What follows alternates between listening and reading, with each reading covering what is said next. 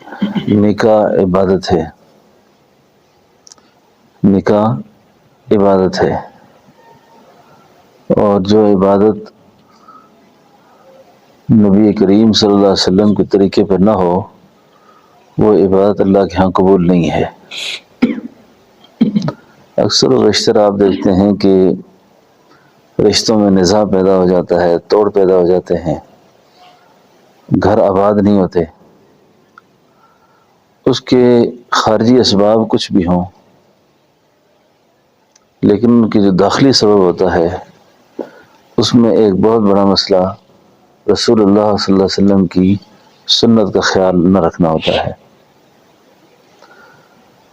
مذہب اسلام میں نکاح کو عبادت کا درجہ حاصل ہے اور اس کی ایک مستقل اہمیت ہے۔ جیسے مولوی صاحب نے جن آیات کو پڑھا، آپ دیکھیں گے یا ایھا الناس اتقوا ربکم الذی خلقکم من نفس واحدہ، یہ یا ایھا الناس اتقوا، اب یہ تقوی کی بات کیوں کی ہے یہاں پر؟ اور خطبہ نکاح میں جتنی آیات پڑھی جاتی ہیں اس میں تقوی کا ذکر کیا جاتا ہے۔ اس کا بنیادی سبب یہ ہے کہ خاوند کو یہ پتہ چلے کہ رشتے کا نباہ محض جنسی تسکین کا ذریعہ نکاح نہیں ہے، خواہشات کا پورا کرنے کا نام نکاح نہیں ہے، یہ تو تقوی کی بنیاد پر ایک دوسرے کے ساتھ زندگی کا نباہ ہے۔ عورت کو یہ پتہ ہوگا کہ یہ میرا خاوند ہے، خاوند کو یہ پتہ ہوگا کہ یہ میری بیوی ہے۔ اب تقوی کے علاوہ جو زندگی ہوتی ہے اس کے کوئی سرپاؤ نہیں ہوتے، وقتی جذبات ہوتے ہیں، خواہشات کا ایک تھوڑا بہت ایک نظام ہوتا ہے، اس کے ختم ہو جاتی ہے بات۔ لیکن جو تقوی کی بنیاد پہ کام ہوتا ہے وہ دیر پا ہوتا ہے، ہمیشہ ہوتا ہے۔ حضرت تھانوی رحمۃ اللہ علیہ کہ ایک اہلیہ نے، دو اہلیہ تھی تو ایک نے حضرت سے کہا کہ حضرت آپ میرے ساتھ جو تعلق رکھتے ہیں مجھے محسوس ہوتا ہے کہ وہ تقوی کی بنیاد پہ رکھتے ہیں، یعنی دل سے آپ میرے ساتھ خوش نہیں ہیں۔ تو حضرت نے فرمایا کہ یہ تو بہت اچھی بات ہے جو آپ نے میرے بارے میں محسوس کی ہے کہ میں آپ سے جو تعلق رکھتا ہوں وہ تقوی کی بنیاد پہ رکھتا ہوں، اور جو تعلق اللہ کی وجہ سے رکھا جاتا ہے وہ دیر پا ہوتا ہے، اور جس تعلق کی بنیاد میں اللہ کی ذات نہ ہو، خواہشات ہوں، نفسانیت ہو، وقتی جذبات ہوں، تو ختم ہو جاتے ہیں۔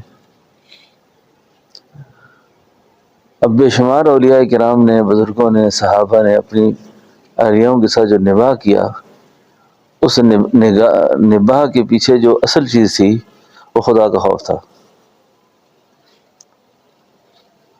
اللہ کا خوف تھا کہ خدا نہ خواستہ دیکھو میرے نکاح میں آ گئی ہے، میں نے اس کو کبھی اذیت پہنچائی، میں نے اس کو طلاق دے دی، میں نے اس کو پریشان کیا تو اللہ ناراض ہو جائیں گے، اللہ خفا ہوں گے کہ اللہ نے مجھے وعاشروہن بالمعروف کا حکم دیا ہے کہ اپنی اہلیوں کے ساتھ اچھے رہو، اور رسول اللہ صلی اللہ علیہ وسلم نے خیرکم خیرکم لأہلہ سے تاکید فرمائی ہے کہ جو اچھا آدمی وہ ہے جو بیوی کے ساتھ اچھا ہے۔ اب ان جذبات کے ساتھ جس آدمی نے زندگی گزاری ہے تو اس نے ایک غم میں ہزار خوشیاں پائی ہیں، ایک دکھ میں 100 سکھ پائے ہیں، اور جس نے یہ سمجھا کہ نہیں جی میری تو معیار زندگی پر یہ خاتون نہیں آ رہی، ابھی چھوڑ دو اس کو، طلاق دے دو اس کو، اس سے اپنے معاملات کو الگ کر دو، ایسا آدمی زندگی کے کسی دور میں بھی سکھ زندگی نہیں گزار سکتا، خوش زندگی نہیں گزار سکتا۔ اسی لیے اللہ والوں نے لکھا ہے اس بات کو بڑی تاکید کے ساتھ، یہ ایسے فرمایا یا ایھا الناس اتقوا ربکم الذی خلقکم من نفس واحدہ، بڑی تاکید کے ساتھ ایک بات فرمائی ہے۔ اگر تم تقوی کے معیار پر رہو گے تو تقوی جو ہے تمہیں وہ جس زندگی کی طرف رہنمائی کرے گا اس کو کیا کہتے ہیں؟ پریکٹیکل زندگی ہوگی، وہ آئیڈیل زندگی نہیں ہوگی وہ۔ اور پریکٹیکل زندگی کیسے ہوگی؟ کہ بس آپ اس کے ساتھ ایک انسان سمجھ کر گزارا کریں گے، نباہ کریں گے۔ اور آئیڈیل زندگی، یہ زندگی اللہ جنت میں دیں گے، بالکل مرضی اور معیار کے مطابق جو زندگی ہوگی وہ جنت میں ہے، دنیا میں نہیں ہے۔ اور پھر اس رشتے کے ساتھ جو تعلق انسان کو رکھنا چاہیے، جنت کے اندر باقی سارے رشتے ختم ہو جائیں گے اس اعتبار سے، لیکن بیوی کا رشتہ جنت میں بھی رہے گا، بیوی کا رشتہ جنت میں بھی رہے گا، اور وہ جنت کی عورتوں کی سردار کی حیثیت سے رہے گا۔ اس لیے زندگی کسی معاملے میں جلد بازی نہیں کرنی چاہیے، بے احتیاطی نہیں کرنی چاہیے، بد اخلاقی نہیں کرنی چاہیے۔ عورتوں کے جتنے بھی مزاج بگڑے ہوئے ہوں، کیونکہ اس وقت میں مخاطب آپ حضرات سے ہوں، عورتیں میری مخاطب نہیں ہیں، اس لیے جتنا بھی بگڑا ہوا مزاج ہو، آپ اللہ کی رضا کے لیے صبر کرنے کی کوشش کریں گے، اللہ کی رضا کے لیے۔ اور جب اللہ کی رضا کے لیے آپ نے صبر کر لیا تو اللہ رب العالمین آپ کو اس زندگی کا مزہ دیں گے، اطمینان دیں گے۔ تقوی والی شخص کی زندگی ہوتی ہے نا، ظاہر تقوی کی بنیاد پر اس کی نگاہیں محفوظ ہوتی ہیں، اس کی بہت ساری چیزیں۔ اسی لیے اللہ والوں کی زندگیاں جو 100% کامیاب گزری ہیں نا، یعنی ان کو اللہ رب العالمین نے فتنوں سے بچایا ہے اور اپنے گھر میں ان کو خوشی نصیب فرمائی ہے، اس کی ایک سب سے بڑی بنیادی وجہ یہ ہوتی ہے کہ وہ تقوی پر ہوتے ہیں، تقوی پر ہوتے ہیں۔ اور تقوی خوشحال زندگی کی ضمانت ہے، ضامن ہے خوشحال زندگی کا۔ تھانوی رحمۃ اللہ علیہ نے ایک واقعہ لکھا ہے ایک مزدور کا، اور ساتھ یہ بات بھی ارشاد فرمائی ہے کہ انسان صاحب نسبت بن جائے نا، نسبت، اور اس کو اپنی اصلاح کا غم رہے، اگر اس کی اصلاح اور تربیت نہیں بھی ہوئی نا، اس کو ایک فائدہ نسبت کے نور کا یہ نصیب رہے گا، جب کبھی اس سے غلطی ہوگی وہ اندر سے اس غلطی کو غلطی سمجھے گا۔ یعنی یہ احساس رہنا بھی بہت بڑی خوبی ہے کہ بندہ غلطی کو غلطی سمجھنے لگ جائے، ورنہ غلطی کو غلطی نہیں سمجھتا آدمی، اس کے سامنے نفس، شیطان اس قدر تعویلات کا ایک پہاڑ کھڑا کر دیتا ہے کہ بندے کو اپنی کمیاں نظر ہی نہیں آتی، کہتے میں کہاں غلط ہوں، غلط تو یہ ہے۔ تو فرمایا نسبت کا جو نور ہے وہ اس کو اندر ایک ایسا مفتی پیدا کر دے گا جو اس کو اس کی غلطی پر اطلاع کرے گا۔ کہا وہ مزدور کسی اللہ والے فقیر کے پاس اٹھتا بیٹھتا تھا، تو مزدوری کر کے مرغی لے آیا گھر، بیوی سے کہنے لگا مرغی بناؤ، روزہ تھا، اس اللہ کی بندی سے غلطی ہو گئی، نمک بہت تیز پڑ گیا اس میں، جب نمک تیز پڑ گیا تو اب وہ سالن کھانے کے قابل نہیں تھا، غصہ اسے بہت زیادہ آیا، اتنا غصہ آیا کہ میں اٹھ کے اس کو گالیاں دوں، ماروں، اس کو کیا کہوں اس کو۔ لیکن غصے کے جو ظاہری آداب بیان کیے گئے ہیں نا کہ جس آدمی کو بہت غصہ آئے نا تو وہ اس مجلس سے الگ ہو جایا کرے، اعوذ باللہ من الشیطان الرجیم پڑھ لیا کرے، اور یہ ظاہر کچھ تدبیریں ہیں جو اختیار کرے۔ بہرحال اب اس کو غصہ بہت زیادہ آیا کہ میں اس کو گالی دوں، ماروں اس کو، لیکن اسی وقت ایک خیال آیا کہ میری بیٹی بھی کسی کی بیوی ہے، اور یہ جو غلطی میری بیوی سے ہوئی ہے، ایک کھانے میں نمک تیز ہوا ہے، اور اس وقت اس غلطی پر میری بیوی کو میرا خاوند مارے، داماد مارے، اس کو گالیاں دے، اس کو کوئی سزا تجویز کرے اس کے لیے، اور اس کی اطلاع مجھے آ جائے کہ تمہاری بیٹی کو آج تمہارے داماد نے مارا ہے، تو میرے دل پہ کیا گزرے گی؟ یہ خیال کر کے اس نے کہا، اے اللہ میں تیری رضا کے لیے اسے کوئی کچھ نہیں کہتا. خاموشی سے اٹھا، باہر چلا گیا، نماز پڑھی، واپس آیا. اس وقت تک غصے کا لیول کم ہو گیا تھا. بیوی نے کہا کھانا کھاؤ، کہا طبیعت نہیں ہے، نہیں کھاتا. بس بات آئی گئی ہو گئی. حضرت نے لکھا ہے کہ چند دن کے بعد اس کا انتقال ہوا، اور بعد الوصال خواب میں آیا. تو میں نے پوچھا بھئی سناؤ کیسے گزری تمہارے ساتھ؟ اس نے کہا حضرت کیا سناؤں آپ کو، جو زندگی بھر کے ذکر، اعمال، تلاوت، نیکیاں، وہ تو گئی ریاکاری کی نظر ہو گئی. لیکن ایک عمل نے میری نجات دی، ایک عمل سے. اللہ تعالیٰ نے فرمایا کہ وہ جو تیری بیوی تھی وہ میری بندی تھی، اور تو نے اس بندی کے ساتھ میری رضا کے لیے صبر کیا ہے، جا میں اللہ تجھے معاف کرتا ہوں، تجھے بخش دیتا ہوں. تو اللہ کی رحمت بھی بہانے مانگتی ہے نا بخشش کے لیے. تو کسی مرد کے لیے امتحان عورت ہوتی ہے،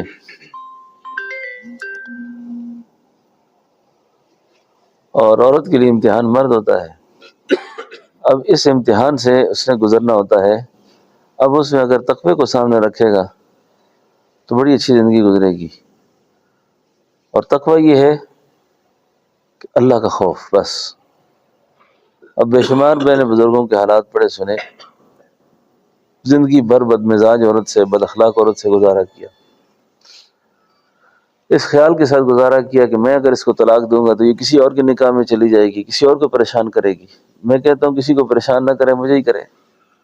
ہاں، حضرت ابو الحسن خرقانی رحمۃ اللہ علیہ، حضرت مظہر جانے جانا رحمۃ اللہ علیہ. حضرت خرقانی جو تھے، مولانا روم نے لکھا ہے مثنوی شریف میں کہ ایک صاحب مرید ہونے آئے بہت دور سے، گھر پہنچے تو انہوں نے کہا میں نے حضرت سے ملنا ہے. تو اہلیہ کہنے لگی کوئی حضرت نہیں ہے، آپ جاؤ، ایسا نہ وقت ضائع کیا کرو ادھر آ کے. تو بڑے پریشان ہوئے، یار اتنے دور سے میں آیا تھا، خراسان سے گئے تھے، کتنے دور سے میں آیا، تو بیوی سے زیادہ خاوند کی محرم کون ہو سکتی ہے، یہ تو کچھ اور کہہ رہی ہے. اب یہ جا رہے ہیں راستے سے، ایک فقیر نے دیکھا کدھر جا رہے ہو، کہا یار آیا تھا بزرگوں سے ملنے کے لیے. تو بیوی کہتی ہے کہ کوئی فائدہ نہیں ہوگا آپ کو، جاؤ آپ. اور نے کہا یہ اللہ کی بندی ایسی طبیعت کی سخت ہے، آپ جنگل چلے جائیں، وہ اس وقت لکڑیاں کاٹنے گئے ہوئے ہیں، تو مل کے جاؤ، آئے جتنے دور سے ہو. کہا ٹھیک ہے. جنگل میں گئے تو کیا دیکھتے ہیں کہ شیخ ابو الحسن خرقانی جو ہے وہ شیر کے اوپر سوار ہیں، اور لکڑیوں کا گڈھا کاٹا ہوا بہت سا اس کی پشت پہ رکھا ہوا ہے، اور ہاتھ میں ایک اژدہا پکڑا ہوا ہے. جب شیر چلتا نہیں ہے تو اس سے پیچھے اس کو لاٹھی کے طور پہ مارتے ہیں اس کو. اب جس وقت انہوں نے دیکھا ان کو تو الہام ہوا، شیخ کو الہام ہوا کہ یہ کہیں میری بیوی کا تنگ کردہ ہے، اس کا ستایا ہوا ہے. تو مولانا روم فرماتے ہیں کہ گر نہ صبرم میں کشیدے بار زن اور شیر نر بیگارہ من. نے کہا اللہ کے بندے، میں اگر تقوی کی بنیاد پر اللہ کی رضا کے لیے اپنی بیوی سے صبر نہ کرتا تو شیر اور سانپ بھی کبھی کسی کے نوکر بنے ہیں. سانپ نے بھی کسی کی بیگاری کی ہے، شیر بھی کبھی کسی کا نوکر بنا ہے. نے کہا حضرت ایک سوال ہے میرا آپ سے، اتنا بڑا آدمی ہے آپ، ایسی عورت کو کیوں رکھا اپنے گھر میں؟ فرمایا اللہ کی بندی سمجھ کے رکھا ہوا ہے، اللہ کی بندی، تاکہ یہ اگر ایجاد ہے تو مجھے ہی دے، کسی اور کو نہ دے. یہ اللہ والوں کے اخلاق ہوتے ہیں. اچھا، مظہر جانے جانا کتنے بڑے شیخ گزرے ہیں. یہ قاضی ثناء اللہ پانی پتی رحمۃ اللہ علیہ کی جو تفسیر ہے نا، تفسیر مظہری، یہ اپنے شیخ کے نام پر ہے، مظہر کے نام پر، شیخ مظہر کے نام پر. تو آپ کے ساتھ بھی کوئی ایسا ہی واقعہ تھا، ایسا ہی واقعہ تھا. تو مرید نے کہا حضرت ایسی خاتون کیوں رکھی ہے گھر میں آپ نے، عورتوں کی کمی تھوڑی ہے آپ کے لیے. فرمایا اگر اس کے ساتھ میں یہ صبر نہ کروں نا تو قاضی ثناء اللہ پانی پتی جیسے مرید کہاں سے لاؤں. اور قاضی ثناء اللہ پانی پتی رحمۃ اللہ علیہ فرمایا کرتے تھے، ایک دفعہ مجلس میں بیٹھے ہوئے تھے تو شیخ مظہر جانے جانا جیسا شیخ فرمانے لگے کسی اللہ تعالیٰ نے روز محشر اگر مجھ سے پوچھا نا کہ مظہر کیا لائے ہو ساتھ، تو میں قاضی ثناء اللہ کو کھڑا کروں گا، یا اللہ یہ تیرا مقرب بندہ، اس کی تربیت میں نے کی تھی، یہ میرے پاس آتا تھا، اس کی وجہ سے مجھے بخش دیں آپ۔ تو زندگی جو ہے نا جی وہ پریکٹیکل گزارنی ہے، آئیڈیل زندگی نہیں رکھنی۔ جس نے آئیڈیل زندگی رکھی ہے نا وہ خوار ہی رہا ہے ہمیشہ۔ اس نقطے کو سامنے رکھنا چاہیے، اور مرد کو عورت کو پھر متوازی درجہ نہیں دینا چاہیے، عورت عورت ہے مرد مرد ہے، بیوقوفیوں کو نظر انداز کرتا رہے۔ اگر مقابلے شروع کر دے تو پھر تو گیا۔ ایک خاتون بد مزاج بھی، بد اخلاق بھی، بدصورت بھی، اور خاوند خوش اخلاق بھی، خوبصورت بھی، باکردار بھی۔ ایک دن خاوند بیوی خاوند سے کہتی ہے تو بھی جنتی ہے میں بھی جنتی ہوں، تو بھی جنتی ہے میں بھی جنتی ہوں۔ اس نے کہا وہ کیسے؟ اس نے کہا آپ جو مجھے دیکھ دیکھ کے صبر کرتے ہو نا، اللہ اس وجہ سے تمہیں جنت دیں گے، اور میں تمہیں دیکھ دیکھ کے شکر کرتی ہوں، اللہ مجھے اس وجہ سے جنت دیں گے۔ بات سمجھے نا؟ تو یہ زندگی کا سفر ایسے ہی گزرتا ہے، ٹھیک ہے نا؟ زندگی کا سفر ایسے ہی گزرتا ہے۔ باقی آدمی یہ چاہے کہ جی جیسے میں چاہتا ہوں ایسے سارے نظام چلیں۔ اللہ تعالیٰ نے اللہ کے بندوں پر ایسی ایسی باتیں کھولی ہیں کہ تھانوی نے لکھا ہے کہ تفویض والی جو زندگی ہے نا، تفویض والی، اس میں خیر ہی خیر ہے،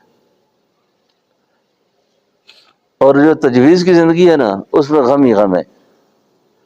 تجویز کیسی ہے؟ میں اتنا بڑا خاندان ہوتا میرا، ایسے میری گاڑی ہوتی، ایسی میری بیوی ہوتی، ایسی نوکری ہوتی، ایسے میرے کام چلتے سارے، ایسے میں چاہتا تو ایسے ہو جاتا۔